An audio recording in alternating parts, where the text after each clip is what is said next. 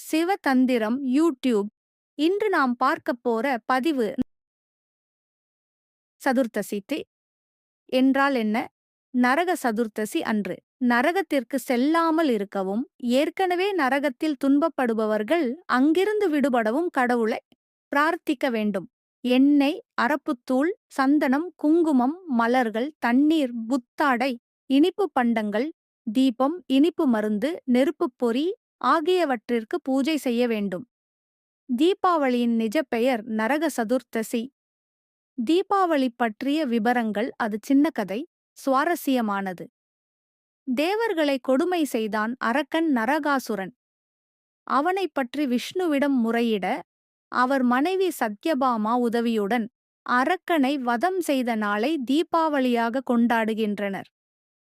இது பற்றி தெரிந்திருக்கும். அந்த கதையின் பின்னணியை தெரிந்து கொள்ளலாம் வாங்க.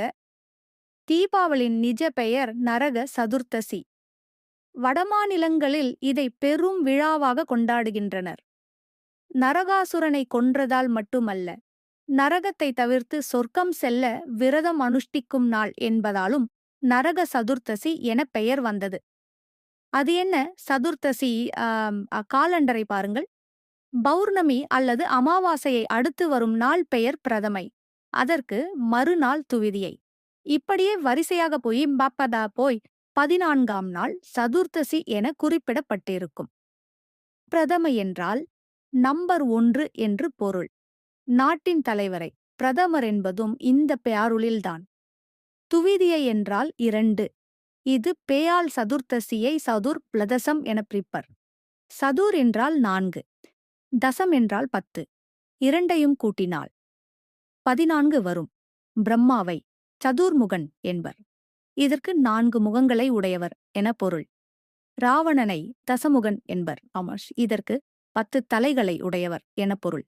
சதுர்தசி திதியன்று, அதாவது அமாவாசைக்கு முந்திய நாள், கொல்லப்பட்டான் நரகாசுரன்.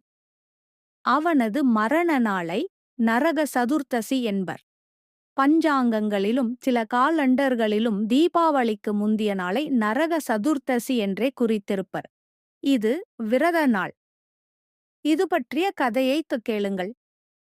தீர்க்கதமஸ் என்ற முனிவர் மனைவி குழந்தைகளோடு காட்டில் தவத்தில் ஆழ்ந்திருந்தார். அவர்களை மிருகங்கள், விஷப்பூச்சிகள் தொந்தரவு செய்தன. அரக்கர்களும் துன்பம் செய்தனர். இதையெல்லாம் மீறி கடவுளைக் கண்டே தீரும் வைராக்கியத்துடன் தவத்தை தொடர்ந்தனர்.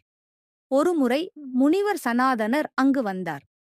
அவரிடம், துன்பம் தீரத்தான் கடவுளை வேண்டி தவமிருக்கிறோம். ஆனால் அதற்கும் இந்த காட்டில் கிடந்து துன்பப்பட வேண்டியிருக்கிறது.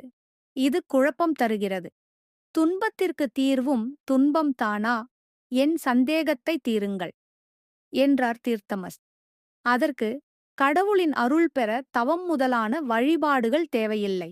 எண்ணெய் தேய்த்து கங்கை, யமுனை உள்ளிட்ட தீர்த்தங்களில் நீராடி, புத்தாடை அணிந்து, தீபமேற்றி, இனிப்பு சாப்பிட்டு வழிபட்டாலே உருள் கிடைக்கும். நரக சதுர்த்தசியன்று காலை சூரிய உதயத்துக்கு முன் கங்கா ஸ்நானம் செய்ய வேண்டும்.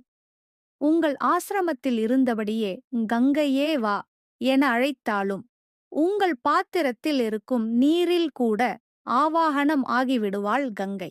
ஏனெனில் எல்லாருக்கும் புனித தீர்த்தங்களுக்கு செல்ல வசதி இருக்காது. நீங்கள் தேய்க்கும் எண்ணெயில் லட்சுமி, அரப்பு பொடியில் சரஸ்வதி, குளிக்கும் நீரில் கங்கை, பூசும் சந்தனத்தில் பூமாதேவி, குங்குமத்தில் பார்வதி, பூவில் முன்னோரான சுமங்கலிகள், புத்தாடையில் விஷ்ணு, இனிப்பில் அமிர்த கலசம், மருந்தில் தன்வந்திரி, தீபத்தில் சிவன் ஆகியோர் எழுந்தருளுவர்.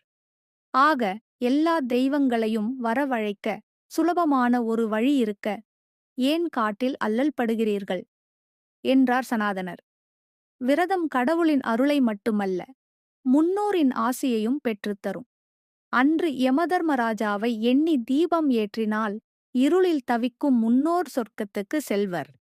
தீபாவளி சாதாரண பண்டிகையல்ல. இதன் ஒவ்வொரு அம்சத்திலும் சிறப்பு உள்ளது.